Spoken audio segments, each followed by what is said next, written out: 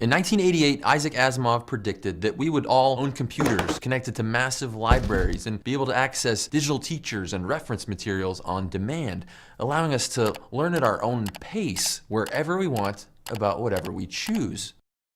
So basically, this.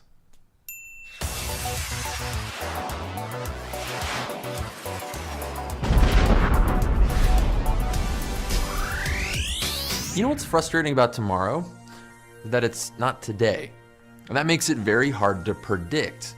But that doesn't stop us from trying. And lots of our predictions about the science of tomorrow come in the form of science fiction. Science is for the most part a historical study. It's built on observations of things that have already happened. But science fiction has a decidedly tomorrow-y bent to it. Where have you been? I've beamed and beamed.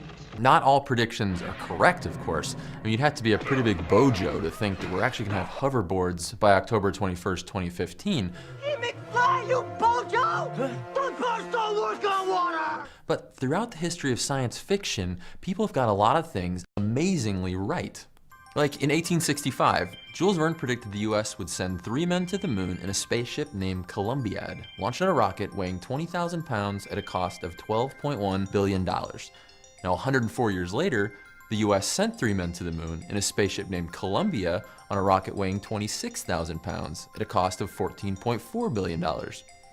Not bad. Mark Twain, in his 1898 story from the London Times of 1904, predicted a worldwide network of interconnected telephone devices that would let people share information, and he even predicted that we would just waste time looking at what everyone else was doing. He wasn't the only one to predict the internet. Douglas Adams wrote about a handheld device that was the standard repository for all knowledge and wisdom in the galaxy. But that was in 1979, and the internet was already being built, so I don't know if it counts. But hey, you can read books on it.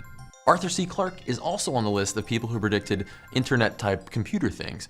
A console through which he can talk to his friendly local computer and get all the information he needs for his everyday life, like his bank statements, his theater reservations. This will be in a compact form in his own house.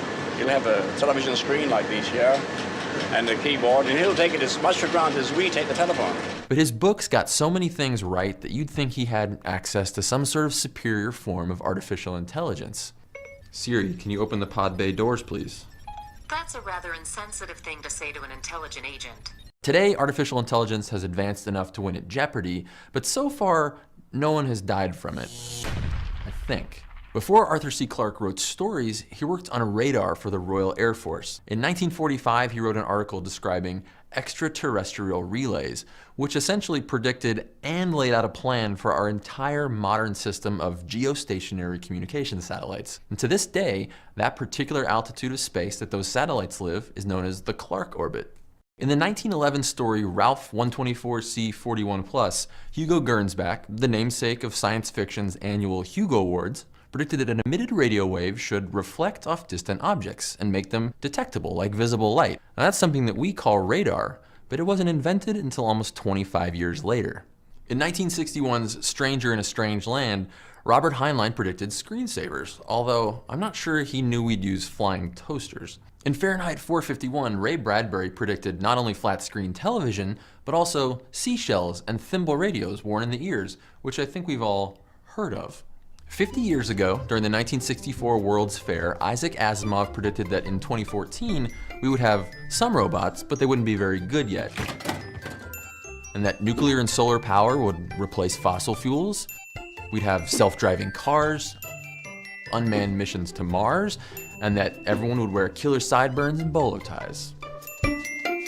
Philip K. Dick is a decidedly more pessimistic predictor of the future, but he too was often right. Maybe it's not all sunshine and roses out there. Minority Report's precogs have been related by some to modern efforts to use neuroscience in the courtroom, and total recall level memory implantation is nowhere close to being real, but experiments in mice suggest that brain-to-brain neural linkage is not complete fiction.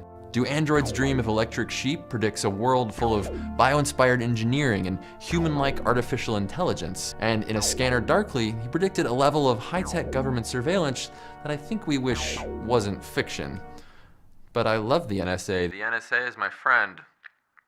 But nobody holds a Nostradamus-y candle to H.G. Wells. He too predicted the iPad, and automatic sliding doors in 1899's When the Sleeper Wakes. He predicted the atomic bomb in scary detail, including all of the radioactive fallout horror that it would bring in 1914's The World Set Free. I mean, even down to some of the nuclear physics involved. He even called it the atomic bomb, which is not a term that even existed before that. The Shape of Things to Come predicted airborne warfare. Men Like God saw wireless communications. War of the Worlds, spoilers, reminded us that faced with man or even alien technology, bacteria will always win. The Invisible Man used light-refracting metamaterials for invisibility nearly a century before we even knew what metamaterials were. In The Island of Dr. Moreau, he not only predicted genetic engineering, but also asked a question that we still haven't quite answered. How does man safely manipulate nature when he too is part of nature? H.G. Wells was so good and so often correct about predicting the future that he's called the man who invented tomorrow, or today. Of course, not all sci-fi is good at predicting the future, and sci-fi gets a lot of stuff wrong, but you have to admit that some of these predictions are so spot on that you'd almost expect one of the authors to be from Gallifrey. One right prediction in any one body of work would be lucky, but this many right answers can't be luck. Clearly something sets these people apart. Now, many of the greatest sci-fi writers also had serious scientific training. Isaac Asimov had a PhD in biochemistry, and Arthur C. Clarke had degrees in math and physics, and H.G. Wells had a degree in biology. Of course, it also helps to hang out with people like Carl Sagan. At its core, good science fiction must rest on good science. Now, this seems obvious, but this, I think, is why the best sci-fi authors are also the most frequently right when it comes to predicting the future. How far can we see into the future? Well, it depends on what we're looking for. Isaac Asimov said that when we look at stars or galaxies or DNA, we're looking at simple things that follow nice, neat rules and equations. But when we look at human history, it's chaotic, unpredictable. Our vision is limited. Science transforms the complex into the simple. That's how we explain the chaos. Science is how we see farther, and science fiction is where we write down what we see. I want to know what you think down in the comments. What makes some science fiction so good at predicting the future? And I predict that I missed a ton of awesome science fiction that has become reality. So leave me your favorites down below and tell me what I missed. Stay curious. Orson's War of the Worlds was based on another Wells's War of the Worlds, the 1897 novel by H.G. Wells. No relation, different spelling. H.G.'s war didn't take place in the dirty jers, but rather in Surrey and London, in a very similar situation where humanity had very good reason to fear for its well-being at the hands of giant, laser-wielding not-friendlies. Kissing is weird. We love doing it, but let's face it, it's weird. You're rubbing your open mouth on another human being's open mouth.